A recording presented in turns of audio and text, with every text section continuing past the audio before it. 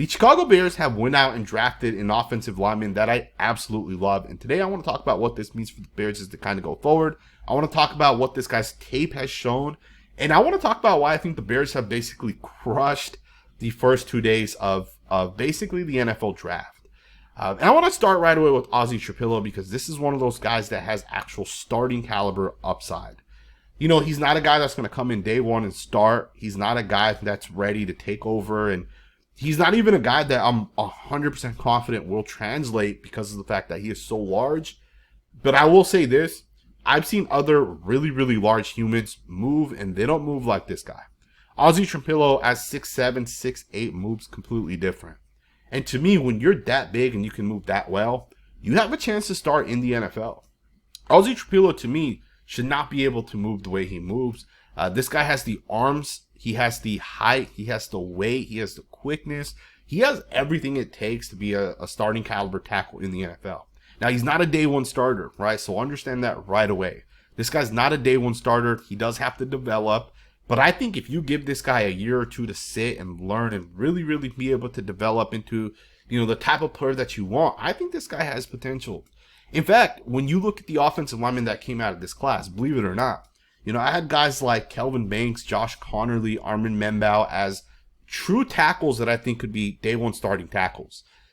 But outside of that, outside of those top 3 or 4 guys, I didn't think there was any other starting caliber tackles. Like Will Campbell, for example, to me is not a starting caliber tackle. I think he'll be a great guard.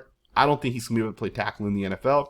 And we got a couple of these other guys that are kind of in that same boat as well, right? Wyatt Milliams, another guy, right? He's a guard, not a tackle in the NFL. Ozzy Trapilo, believe it or not, was a guy that I actually felt like has potential to be a starting tackle. Ozzy Trapilo kind of reminds me of a guy like Roger Rosengarten, who went to the Baltimore Ravens last year.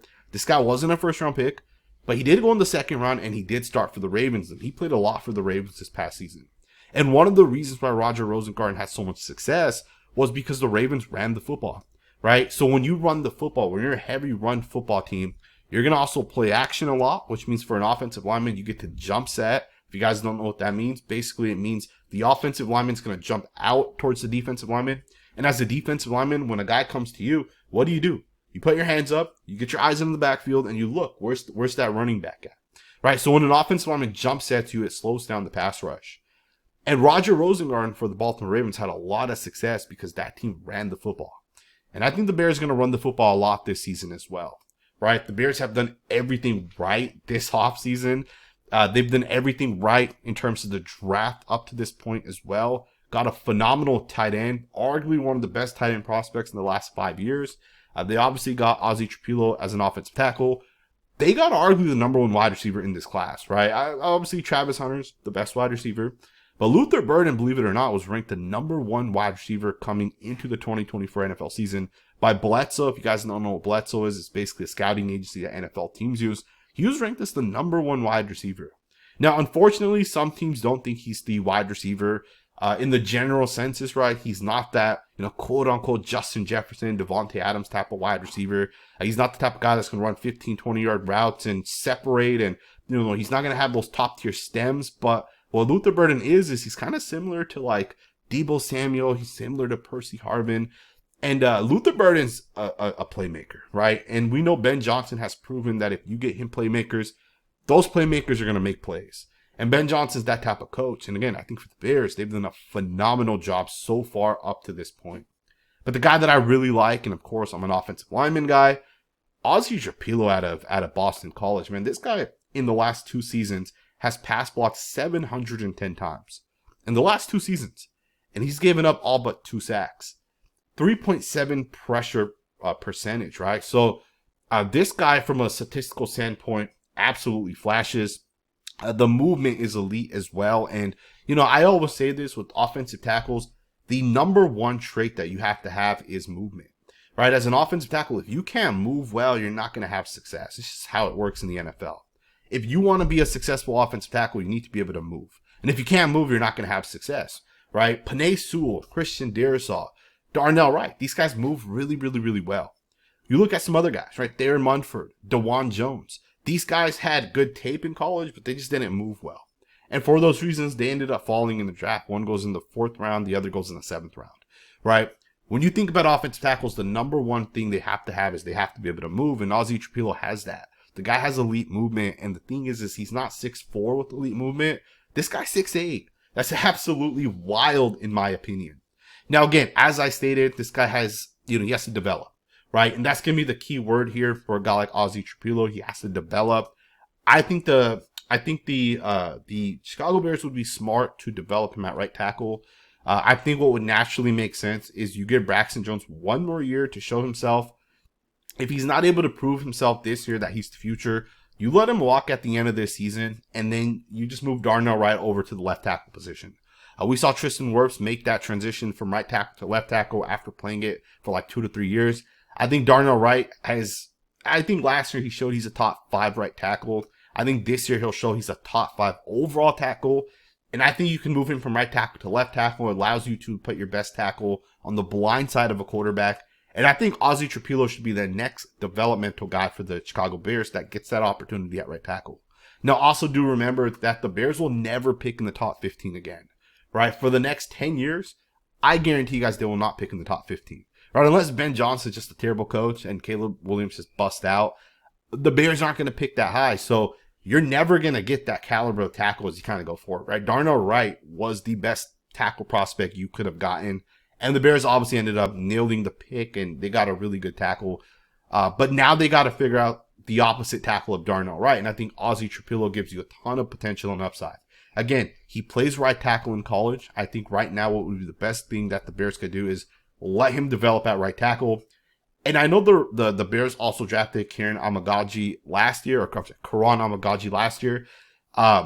I think Amagaji was always kind of, at least in my opinion, he was always kind of a developmental guard as opposed to tackle. And I know he played tackle last year and he had some struggles. You could continue to develop him at tackle, but I do think he could be a really, really good guard. And again, I think for the Bears, Joe Thuney, Jonah Jackson, these aren't your long-term starting guards, right? These are short-term options. I think Jonah Jackson has a 2-year contract and Thuney has a 1-year contract.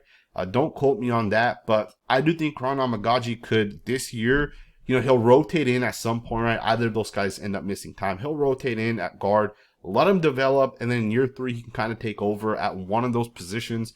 If not, he can be a backup one more year before you really test it and see if he can be the starting caliber guard. I think Ozzy Trapilo has more potential as well than Karan Amagaji, right? But we will also kind of see that this year, right? Amagaji was a rookie last year. Second-year leaps are generally the biggest leaps any player takes. And that's 100% true with offensive linemen as well, especially tackles, right? We saw Braxton Jones from his first year to his second year get better, but then even like his third year, he took a huge step forward. Obviously, he has kind of regressed a little bit most recently this past season, but we'll see what he can kind of develop into. Is Braxton Jones the future? I don't really know. I do like him as a prospect. I liked him as a prospect when he came out. Lower level school, kind of developed, started a lot of snaps for the Bears. Can he stay healthy? Can he develop? We're going to find that out, right? But I do love Ozzy Trapilo. I think he has so much upside and potential. Let me know what you guys think, man. What do you guys think about this tackle prospect? Do you guys think he could be a starter for the Bears as we kind of go forward? How do you guys feel about this offensive line and the offense? I've said this in the past, and I'll say it again because so many people disagree with me. Ryan Poles is one of the best general managers in the NFL. And it's so easy to tell, I cover a lot of other teams. The Bears are obviously not the only team that I cover. I follow a lot of these teams, man, and the general managers around the NFL are really bad at times, right? Teams will take Tyree Wilson over Darnell Wright and Jalen Carter. Teams will take Alex Leatherwood over Christian Darrisaw, right? Like, it's just obvious picks, and people are just messing it up, right? And to me, Ryan Poles has done everything right. Like, there's never been a bad pick that Ryan Poles has had, or a bad move, right? Everything that this guy's done, he's done it with, like, the common sense approach. I know some guys haven't necessarily worked out for the Bears, but generally speaking, Ryan Poles has done a phenomenal job, right? 6 years ago, you couldn't even get an interview with some of the top coaches if you were the Bears, right? Because it had been bad for such a long time. No offense to Bears fans, but, that happens, right? Like Ben Johnson 4 years ago would have never taken an interview with the Chicago Bears. It just would not have happened. But the Bears have improved so much year over year that they got the best coaching candidate, the guy that could have picked anywhere he wanted to go. They got that guy to ultimately pick the Bears, right? So shout out to Ryan Poles for doing that. And then shout out for some of the players that the Bears have taken, right? I'm excited to watch the Bears. We are going to obviously continue to cover them as we've covered them up to this point. Let me know what you guys think, man. Thumbs up, subscribe, and I'll see you guys next time with another video.